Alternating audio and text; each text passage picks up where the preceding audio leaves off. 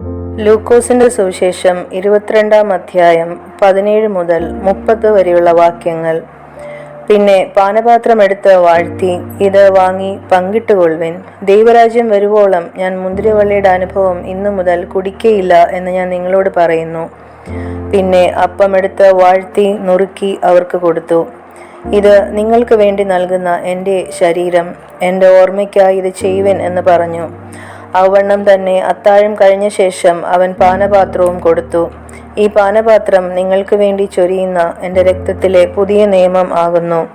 എന്നാൽ എന്നെ കാണിച്ചു കൊടുക്കുന്നവൻ്റെ കൈ എൻ്റെ അരികെ മേശപ്പുറത്തുണ്ട്. നിർണയിച്ചിരിക്കുന്ന പോലെ മനുഷ്യപുത്രൻ പോകുന്നു, സത്യം. എങ്കിലും അവനെ കാണിച്ചു കൊടുക്കുന്ന മനുഷ്യന് അയ്യോ കഷ്ടം എന്ന് പറഞ്ഞു. ഇത് ചെയ്യുവാൻ പോകുന്നവൻ തങ്ങളുടെ കൂട്ടത്തിൽ ആരായിരിക്കും എന്ന് അവർ തമ്മിൽ ചോദിച്ചു തുടങ്ങി. തങ്ങളുടെ കൂട്ടത്തിൽ ആരെയാകുന്നു വലിയവനായി എണ്ണേണ്ടതെന്നതിനെ ചൊല്ലി ഒരു തർക്കവും അവരുടെ ഇടയിലുണ്ടായി. അവനോ അവരോട് പറഞ്ഞത്, ജാതികളുടെ രാജാക്കന്മാർ അവരിൽ കർത്തൃത്വം നടത്തുന്നു, അവരുടെ മേൽ അധികാരം നടത്തുന്നവരെ ഉപകാരികളെന്ന് പറയുന്നു. നിങ്ങളോ അങ്ങനെയല്ല. നിങ്ങളിൽ വലിയവൻ ഇളയവനെ പോലെയും നായകൻ ശുശ്രൂഷിക്കുന്നവനെ പോലെയും ആകട്ടെ. ആരാകുന്നു വലിയവൻ? ഭക്ഷണത്തിനിരിക്കുന്നവനോ ശുശ്രൂഷിക്കുന്നവനോ? ഭക്ഷണത്തിനിരിക്കുന്നവനല്ലയോ?